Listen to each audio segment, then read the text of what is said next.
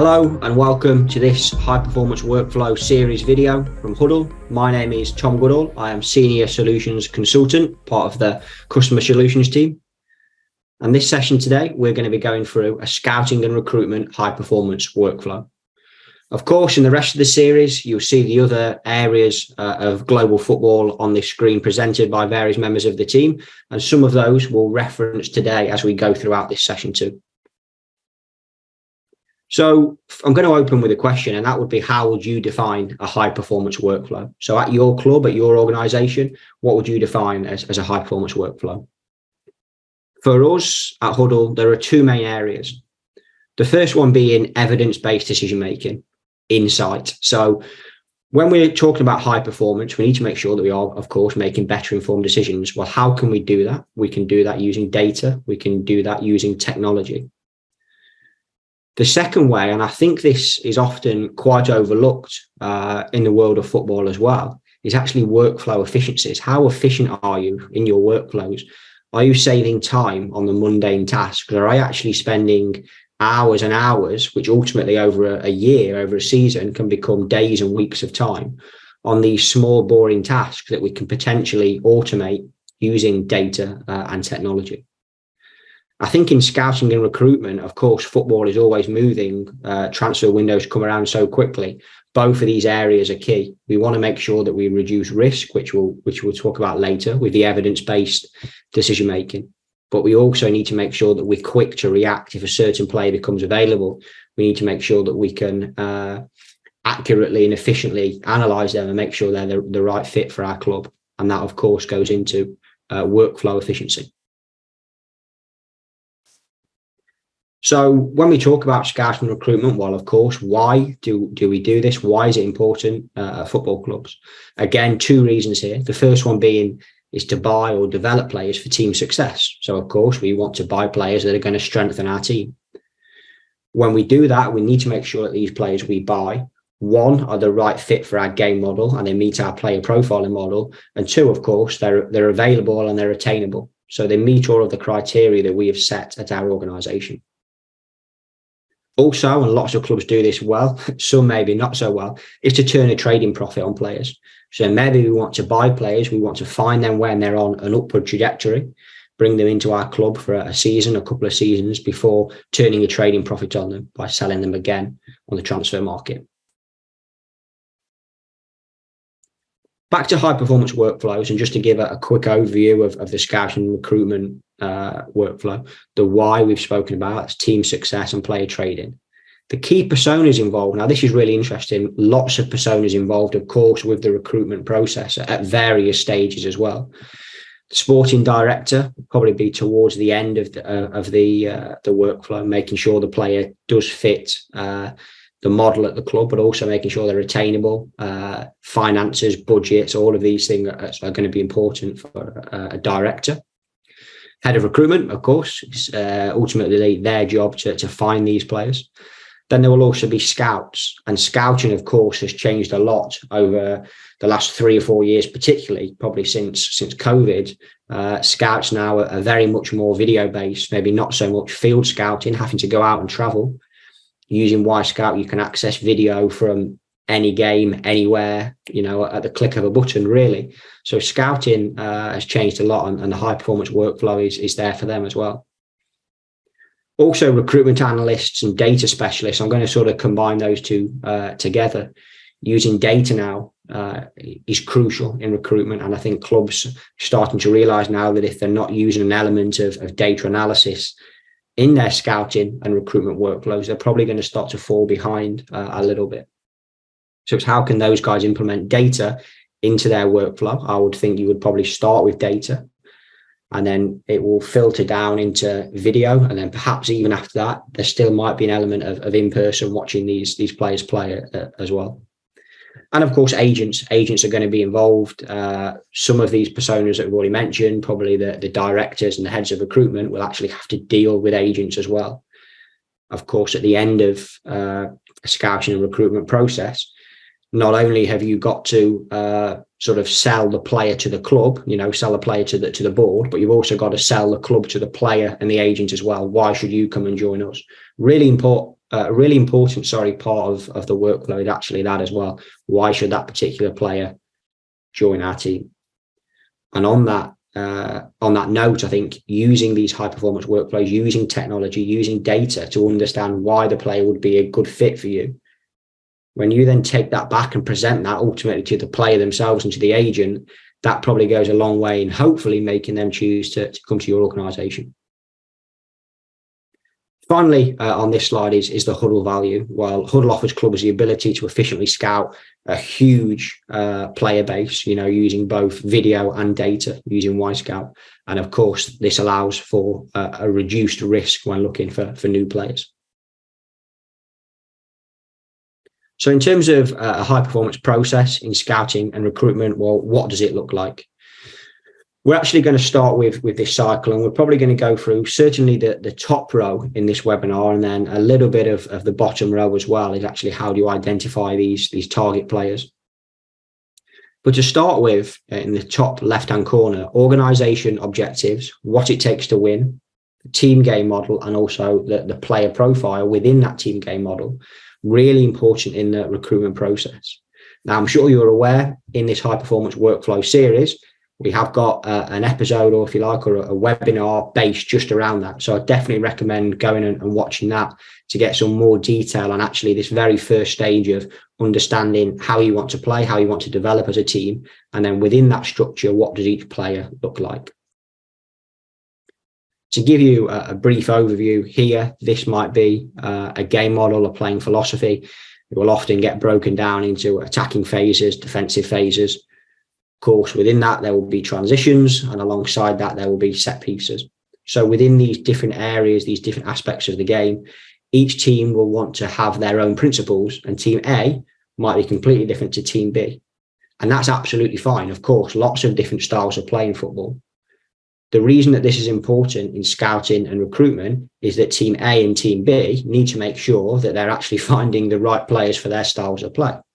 I think it's very common to log on to web portals and you can look at stats, you can look at videos of players, but if team A and team B are looking at the same thing, there's ultimately no advantage there, and you're not really looking for players that suit your style of play.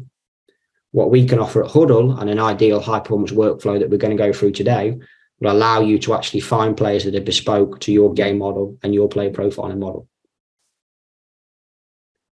As for the player profiling model, again, here's a little overview of what that looks like. What most high performance teams will now have is actually for each position on the pitch, they will have a profile that looks like this. What do we want from each position, both attacking and defensively? Not only that, but we'll be looking at the four corner model as well. So technical, physical, mental will also be included in this. What does our play need to look like? On the screen here, we're looking at a goalkeeper, but a nice example would be, let's say, number 9. One team might want them to be an aerial threat. They might want them to be a big physical presence.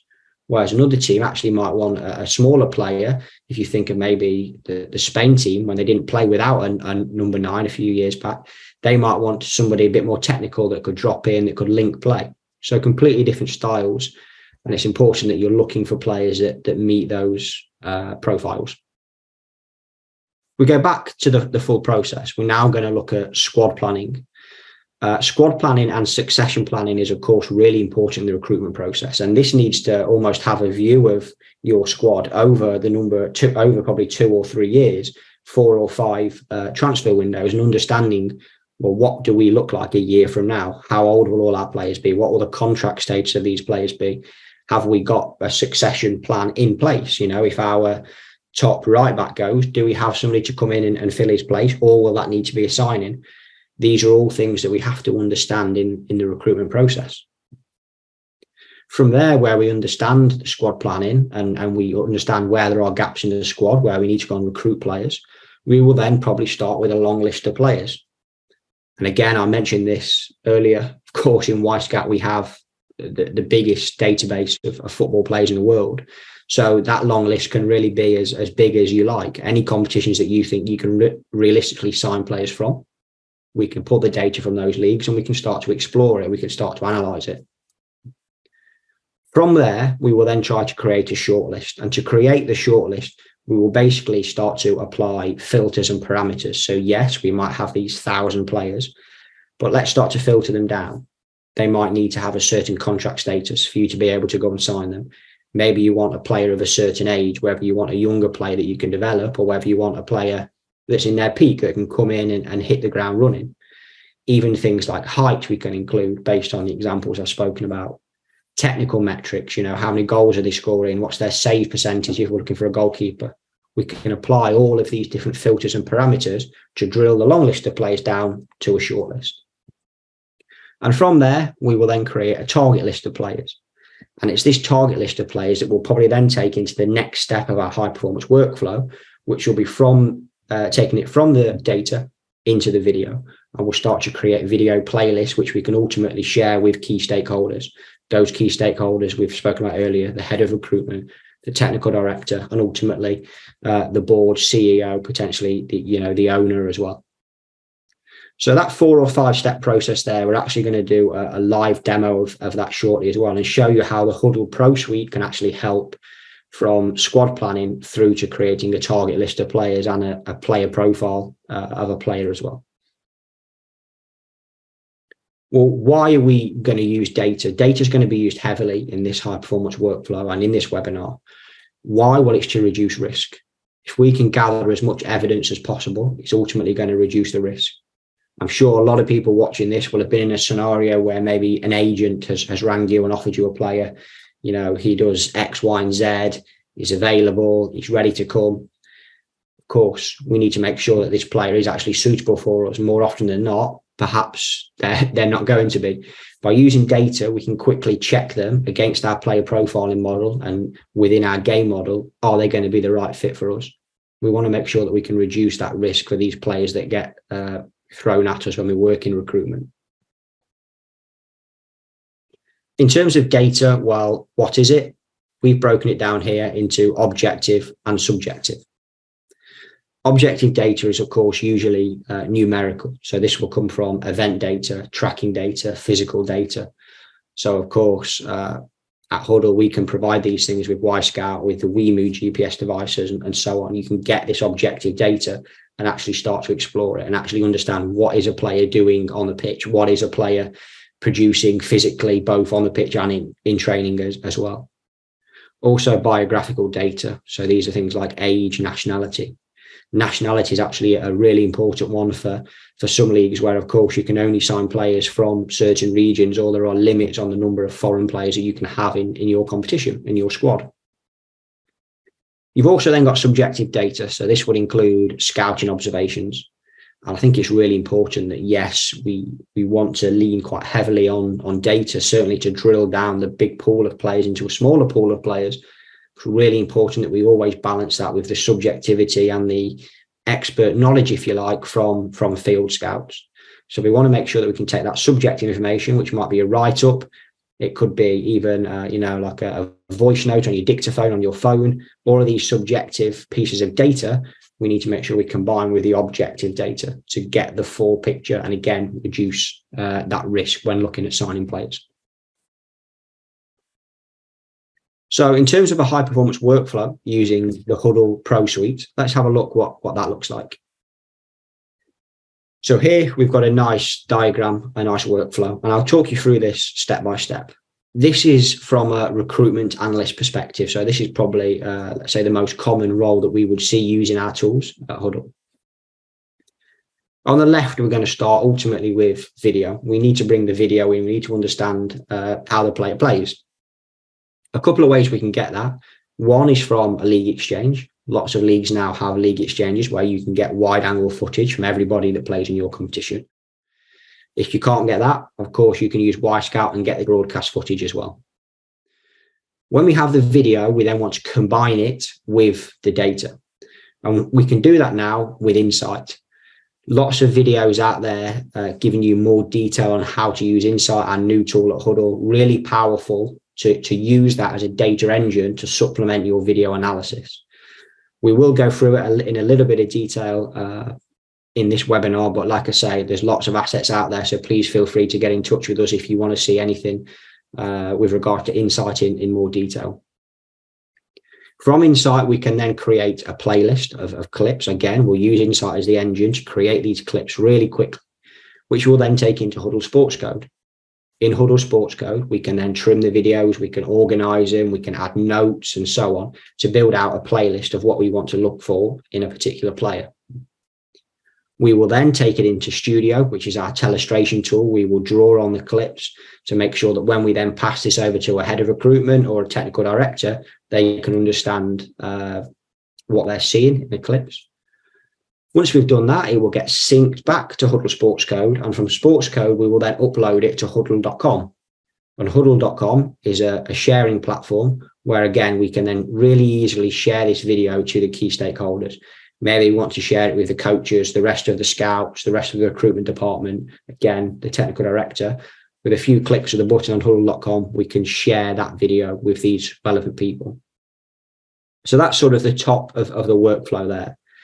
Just at the bottom is actually where we're going to start when we go into the live demo, and that's actually using the data. So at Hudl now, we're offering data as a service, and what that basically means is we can create things using data for you. Traditionally, there have been two ways of using data via Hudl or via Yscout. One would be to log on to the Yscout platform and go in there and self-serve. The other option would be to access our API. And if you have the skill in-house, you can bring that data down from an API and manipulate it in a way that you want to. Data as a service allows us to sort of meet in the middle and provide bespoke dashboards to organizations. And that's what we're going to start with. So we're actually going to go into some of these dashboards. We're going to understand, what does our squad look like? Where are the gaps? What does our team do well? How do we play? That will give us an idea of actually what player we need to find. And then we're actually going to go into a dashboard that allows us to drill down the players from a long list into a short list. So we're going to start with the data first. Once we get down to a short list or a target list of players, we're then going to go back to the start of this workflow and go through the video section at the top. Ultimately, they will come together at the end where we create the playlist in Sportscode, where we can get screenshots of the data and put them in front of the video, bring everything together into a package that we can share. Just to touch on this, of course, the slide we were just looking at was for your recruitment analyst. The head of recruitment will be heavily involved in this workflow as well, possibly slightly in the later stage. Maybe they'll log on to Hudl.com and they'll have the analysts and the scouts creating packages that they can go in and access and filter down from there. But this workflow will be used by recruitment analysts, heads of recruitment, scouts, and probably even technical directors as well. Certainly at that last part where they can go in and assess the information that the rest of the team have created. Okay, so now we're going to go into a live demo based on what I've spoken about. Now, of course, this will probably take 10 to 15 minutes. In the real world, this would, of course, take a lot longer than that. But I just want to give you a feel for how the Hudl Pro Suite can actually help you find these moments efficiently. If we think back to one of the first few slides I spoke about, we're going to be efficient. It's going to be quite quick, this process, but we're also going to be making better informed decisions because of it. We're going to be using data. We're going to be using technology to make better informed decisions and reduce that risk when it comes to a high performance workflow in scouting and recruitment. So we're now in one of our dashboards that we've created in Tableau. And if you think back to the workflow and the process cycle that we were looking at, one of the first steps there was actually what it takes to win. And what we mean by that is each individual club will have a target for the season. It might be to win the league. It might be to finish in European places. It could be to survive in the current league they're in, or it could be to get promoted, of course. With what it takes to win, we can create quite simple dashboards like this to basically track your progress across the course of a season. So in this particular example, we're looking at points, clean sheets, goals, and goal difference. But these metrics really can be anything. It could be back-to-back wins away from home, whatever it may be. We can actually track this data over time. What we're looking at on the screen here is the grey line is sort of the average line. To be where we want to be, this is where we need to be, somewhere around this grey line.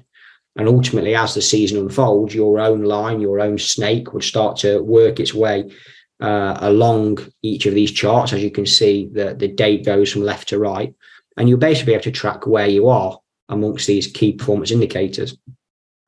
We've also added in just a couple of markers at the end of April and the end of July for sort of mid-season points, if you like, for, let's say, by the end of July, the average team that's won this particular league would have a goal difference of plus 16. On average, they would have kept 9 clean sheets, as you can see on the 2 charts on the right. So this is what we mean by what it takes to win, and this is one of the ways that we can measure that. The next dashboard that we're actually going to go into is benchmarking. So what does our team do? Now, the team that we've focused in on here is Incheon United in the K-League in Korea. They're highlighted in yellow, and the rest of the teams in the league are highlighted in grey. This is the 2022 season. What we can do here is just get a quick understanding of actually how they play. And what would be interesting from a technical director's point of view, or even a head coach's point of view, is what is your game model, and do these data points match that? So if we go through here, starting with possession in the top left, they're not a particularly possession-based side. Their average possession is less than 50% at 44. In terms of tempo, we can see passes per minute in the K-League is pretty straightforward, pretty close together, if you like, throughout the league. There aren't much differences there. So I think for tempo, nothing we can really take into account there. If you do look at the team that's 15.6, I would say they're one of the more patient sides in the league. But for Incheon, we're probably right where we want to be. What really stands out there is actually expected goals. We rank really quite low here, 42.6 XG over the season. When you compare that to some teams who are well over 50, close to 60, that's probably something that you would look to improve heading into the following season. At the bottom of this dashboard, we've also got a few scatter plots we've created. One of them in the bottom left is looking at direct play. So this is the total number of crosses delivered, also by the percentage of long passes. That would mean if you are in the top right, you would rank higher for crosses and long pass percentage. When we look at Incheon United, actually long pass percentage is probably just above average. So around 12% of their passes are long or direct. But actually crossing wise, they're the second lowest ranked team in the league. Now, this might be something the coaches would look at. Is that for a particular reason? Maybe they don't want to deliver crosses. But actually, maybe this is something that they should start to look at. Let's start delivering some more crosses. Can we bring that into our game plan, our game model, which might ultimately bring the expected goals value up as well? So these are the things that, of course, coaching staffs would understand a lot better than myself looking in from the outside. We can then look at pressing, and this is the average number of opponent half recoveries per game, and also PPDA. Of course, PPDA, the lower the number, the more aggressive a team is to press. What this says to us when we're looking at Incheon is they don't really want to press. They're quite passive in possession. It looks, of course, based on the data, they may be sitting a low block, a mid block, and sort of soak the pressure up from there. They're not actively looking to win the ball. So we can take that into consideration when we're looking for players as well. And then finally, we've called this style by end product, just a couple of interesting metrics that we're trying to compare here. It's expected goals over performance. So if you're above that orange line there, you are overperforming against expected goals. We can see Incheon are actually below that, so they're underperforming. And then also passes per touch in the box. So how many passes does it take on average for a touch in the box? And again, you can see teams like Daegu there, they're maybe more quick, more aggressive to get the ball into the penalty area, whereas Gimcheon there at the right-hand side of the chart are a little bit more patient in possession. So we're starting to take little bits of information away from this dashboard. Again, data as a service is something that we're offering at Hudl. If you're interested in this, please feel free to reach out and speak to us. Any of the metrics that you've seen on these dashboards that we're going through can be adapted and can be changed to meet your needs. We're then going to move into succession planning. And succession planning is basically showing us our entire squad, and we're going to look at it across two metrics. Those two metrics are going to be player age and also minutes played. So the more minutes a player has played in a particular season, they will be higher up the chart. And the older they are, of course, you can see from left to right, the axis on the bottom. We've also color-coded these players for goalkeepers, defenders, midfield players, and forwards. So if we now imagine that we're working for Incheon United and we're trying to improve this squad, if we look at this now, I'm just going to bring my mouse onto the screen and just highlight a few players. roughly all of these players here, which are 12 players, are all aged 32 or older. So you could say they've got a bit of an aging squad. And yes, you can see there are a group of players here who are younger. But if you look at the actual number of minutes they've played, it's probably around 50% of the available minutes. So really, we're probably looking to find some players who are a little bit younger that can come in, hit the ground running and start playing a lot of minutes for the particular team. Of course, this is all hypothetical, but just trying to give you a feel for how we can use these data points and this succession planning to go into the next steps of our high performance recruitment workflow. So what we're going to say here, based on the data we've looked at, is we want to find a slightly younger striker. The reason we want to find a striker is because the expected goals value was low compared to the entire league, and it was also underperforming from where we should be as well. So we're going to try and find a striker, and we want them to certainly be aged below 30. So from here, we're now going to go into the next step of the recruitment process. We're now into our player indexing and our player search dashboard. So again, I've highlighted what we're actually looking for in a player. We want to find a young striker that's scoring goals, of course, always important. And we're going to base this on a few leagues and a few parameters that actually might be relevant to Incheon. So what you can see here is every single circle represents a player. You can see the player's name, what league they're in, and who they play for. We can also click on one of these circles and it will take us direct to Y-Scout as well. Now, what's important on this dashboard is that we have an attacking index here on the Y-axis, and we have a defending index, here on the X-axis. And these are defined by you, by the club, by the organisation. So we've spoken about game model, we've spoken about player profiling quite a lot. And we want to make sure that we are representing your player profile on this chart. So for your team, what does number 9 look like? And again, I've spoken about this before. This will differ between team A and team B.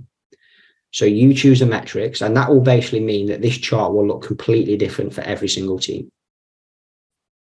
The next steps from there is, if you imagine this is ultimately your long list of players. These are all the players that you realistically think you can sign because you've chosen the competitions from Y-Scout. We now need to drill that down into a shortlist. And to do that, we're going to use the filters here on the right. So the first thing we're going to do is we're going to get age, and we're going to drop it to, let's say, below 26 to start with. So, of course, we want to make sure that we're making our squad a little bit younger based on what we saw in the succession planning. We also want this player to have played at least 1,000 minutes of football in this season. The reason for that is we want to make sure, one, the data is reliable. Of course, the more minutes a player has played, the more reliable the data will be. All of these metrics, by the way, are per 90, so they are comparable against each other. But also a player playing 1,000 minutes, we know they can stay match fit as well. Contract status we have in there as well. We're going to leave for this particular example, but you might only want to filter down to players who are out of contract this year, which means you can maybe go and sign them on a free. The next thing we're going to do here is we're going to put an expected goals value per 90. We know that our expected goals value is low. So we want to find a number 9 that's finding themselves in good goal scoring opportunities often. Now, one thing we're going to do, and again, of course, this is hypothetical, but based on the data we've seen, the team aren't putting enough crosses in. Let's say we've identified that and we're going to start to work on that heading into the 2023 season. Let's say we now want to sign a striker that's going to be around 6 foot. So I'm going to type in 180 centimetres. So we're going to try and find quite a physical, tall centre forward. Also here, aerial dual win rate. Again, any of these metrics that you see can be defined by the organisation as well. This is just for demo purposes. Let's say we want a player that can also win 35% of their aerial duels as well. And what you'll notice now, when I start to hover over some of these names, is we're starting to filter the players down. Finally, we're going to go to expected goals underperformance. Now, this is an interesting one. This is actually goals minus expected goals. So a plus value, if I set this to 0, this will actually show us players who have underperformed. Now, you might think, well, why would you want that? This is quite an interesting metric that can work one of two ways. If this number is a plus, it means, yes, they've underperformed, but it also means they're getting in really good goal scoring opportunities. They just haven't scored as many as they should have. Now, maybe we're trying to find an undervalued player. This might be how you would do that. Of course, if a player has scored 25 goals in a season, we will all probably know about them. Whereas what we're doing here is we're actually finding players that have got a high expected goals value. They've not quite matched it with their goals, but we know they're getting in good goal scoring locations. We could take this the other way and find a minus number. This would then show us players who are overperforming. So these would be the players that have scored a lot of goals. And again, we can hover over and see some of these different players. I'll set that back to include everybody. And then what we'll do at this stage, again, is we'll start to hover over. Now, in an ideal world, of course, the player that you want to sign will be up here. This means they rank above average for your attacking index and they rank above average for your defensive index. That is the dream scenario. It's not always going to be the case based on different things. Let's say for Incheon, we know actually that they don't really want to press. They sit back in a block. So maybe defensively, it's not that important for them, certainly for a number 9. So it might be that we actually come over to this section of the dashboard and actually start to look at one of these players. Now, I'm just going to click on a random player here. And if we click on them, of course, this player plays for Benfica. I'm not suggesting that this player is going to move to the K-League, but just to give you a feel for how this dashboard works, we can then click on this button and it will take us straight in to Wyscout and we can start to analyze his player in more detail. We can watch his video clips and so on. So that is how we can use data as a service and data to start our high performance workflow in scouting and recruitment. We've understood what it takes to win. We've looked at our team benchmarking, our style of play. What are we doing? How can we improve? We've then gone into succession planning and understood where the gaps in our squad are. Once we've understood where the gaps are, in this case, we wanted to find a striker. We've gone into this indexing dashboard. We filtered down into a short list of players. Of course, we could drill down further than we have here. And ultimately, we're then finding 3 or 4 players that we want to take into the video. And it's a video where we're going to go next, starting with Insight. Okay, so now we've finished our data analysis and the first part of our high performance workflow for scouting and recruitment. We're now going to supplement that data alongside video. Now, the best tool for that is Insight, our latest product. What this allows us to do is let the data act as an engine to basically find moments in the video really quickly. The player that we're looking at here is actually Gustavo, who plays for John Buck Motors in the K-League. So we found a striker that meets the criteria we were speaking about in the earlier section. And we're going to look at him in a bit more detail. In Insight, this is the main screen that you will see. This is the data, one of the 4 sections along the top that you can see here. We've got a really nice feature for scouting and recruitment, which is the player search. So we can actually just look for a particular player and search for his name in this search bar here. I've done that. I found Gustavo, who plays in the K-League, and all of the matches that he's played in, you can see are on this list here. Very long list.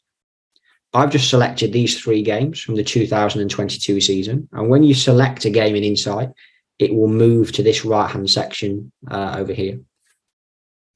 This is going to be quite a quick overview of Hudl Insight. We've got lots of assets available. If you want to look at this in more detail, please feel free to reach out to us when you're watching this webinar. We'd be more than happy to have a live session or send you some video assets on how to use Insight. What we're going to do is we're going to dive into the video section, and you'll notice that we've actually got the video streaming from Wyscout. So this is really important when we think about workflow efficiency. We're not having to download videos and take up space on our machine. We're literally just streaming it straight from one part of the Hudl Pro Suite into another, and we can use it immediately. I'm then going to go into my dashboard, which you will see is really quite straightforward. I've just got 3 data tables, one looking at shots, one looking at passes from the danger zone, and one looking at aerial duels, all things that we think are important for number 9. If I double click on any of these rows, we're going to see the video play in the video player. What we're ultimately going to do here is we're going to watch these video clips and we're going to select the ones that we think are important to start to build out a playlist. Now, this playlist will be what we will show to the head of recruitment, the technical director, possibly even to the player himself. This is what we've seen in you. This is why we want you to join our team. So this is a really important step of the high performance workflow. In Insight as well, we can, of course, supplement the video with images as well.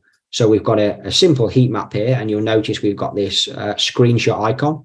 If I click on that, it will save that image as a screenshot as well, which we can then drop into our organizer, our playlist on the player. What we're going to do is just click some of these events. Of course, we're not going to watch them all now on this webinar, but let's say we're happy with these 3 shots. We also want a couple of the passes and a couple of the aerial duels as well. We can then simply right click and add them to a playlist, which will be a new playlist, and that will appear up here. I'll click on my playlist section, and we've got 2. We've got one I made previously, and we've also got the one that I just made there. But what we're going to do is, when we found the one that we like, we're going to send it to Sportscode. So a big button there. And this is what's great about the Hudl Pro Suite and the high performance workflow. Again, workflow efficiency, I keep mentioning it, but it's so important. Everything seamlessly works together. So within minutes of finding this player on the dashboard, we brought him into Insight. And then within seconds, we can take these clips from Insight. If I click send to Sportscode, it's going to give me options. Where do we want to send it to? I'm going to send it to a Hudl Sportscode organizer.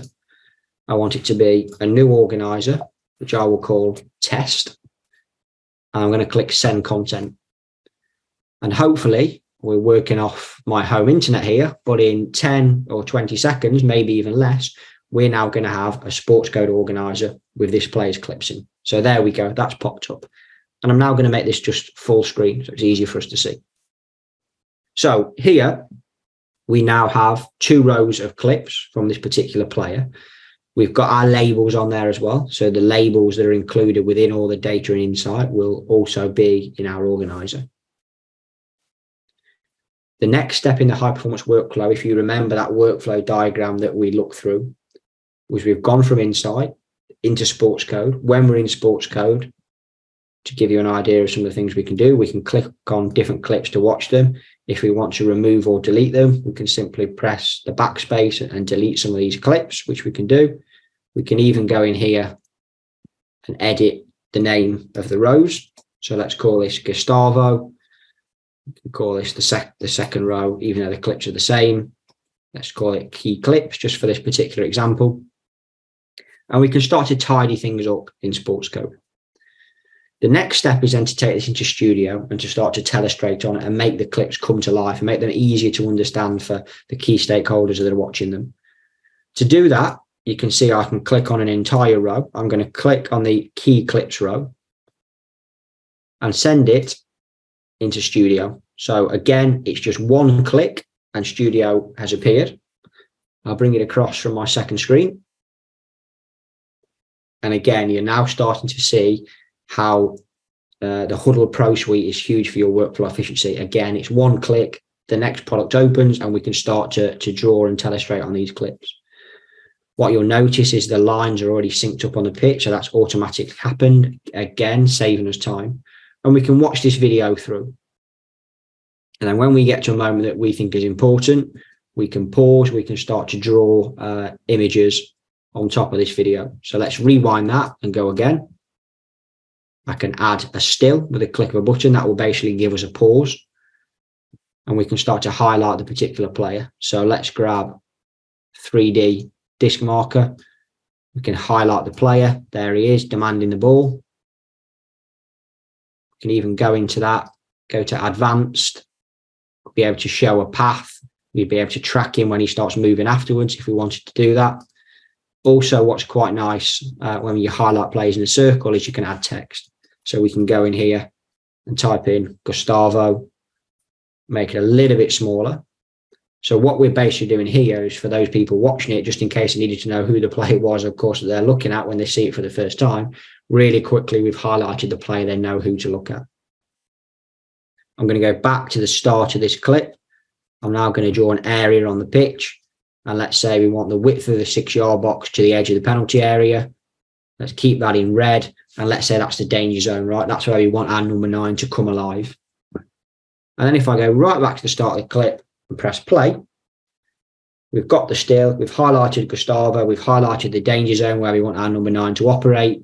The ball eventually gets to him and he creates a chance in that area. We could even go a step further, keep that rectangle on for a little bit longer. And if I play the clip through again, this time, that red danger zone should still be there when the player has the shot. There we go. So maybe in probably 1 minute there, as I was speaking through that, we've gone into a clip in Studio. We've added a still. We've dropped a highlight on the player so we know who he is. And then we've drawn some other telestration that we think is important.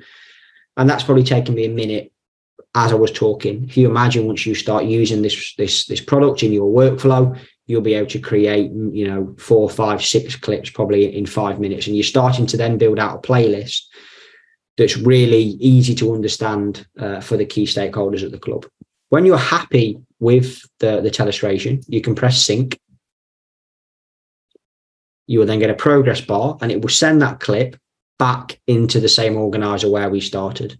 So what we've got now is we've got the clip here that hasn't been drawn on, and we've got the clip here that has been drawn on. That means we can delete this one and just leave this clip here, which now has the drawing on. So again, I can play it through in my Sportscode organizer. There's the drawings that we just created, and we've got the clip as well. So again, you're starting to see how in your scouting and recruitment high performance workflow, how everything links together. The final piece of the puzzle, is to upload it to hudl.com. So here I can click on upload. Whichever team, whichever organization I work for, this will automatically send that video up to our Hudl platform. And if I did that within a few minutes, that would be on my phone, on my device. So anybody that has access in your organization would then be able to watch all of these clips really quickly. So just to give you a recap before we finish, and while I give you this recap, I'm going to show you a finished organizer, what it would look like with images, headings and nicely drawn clips on here rather than the quick one we've made during the actual webinar. Is we've started with data as a service.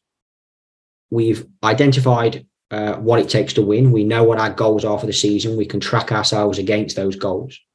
We've then looked at the way we play. What is our game model? Are we hitting the key criteria for our game model and our playing style?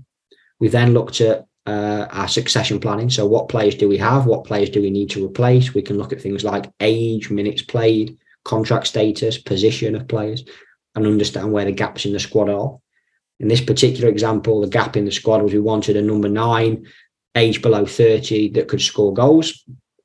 From the data, we've then gone into Insight. That has acted as our engine to make our video analysis much quicker. If you remember, we looked at shots, aerial duels and passes from the danger area. Really quickly, we could drill down to those bespoke moments.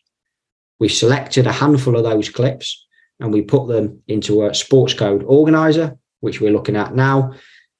Within that organizer, we've gone into Studio, we've drawn on the clips, we've telestrated them, made it really easy to understand, made a really nice piece of work. Ultimately, that is the end, I guess, of our high performance workflow in scouting recruitment before we finally upload it to hudl.com for it to be shared with the people who need to see it. So that brings us to the end of this high performance workflow series webinar on scouting and recruitment. Hopefully you enjoyed it. Of course, if you have any questions, if you want to see anything that we went through in more detail, please feel free to get in touch with myself or any of the rest of the team. I'm Tom Goodall, as you can see on the screen. Hope you enjoyed the session. Thank you.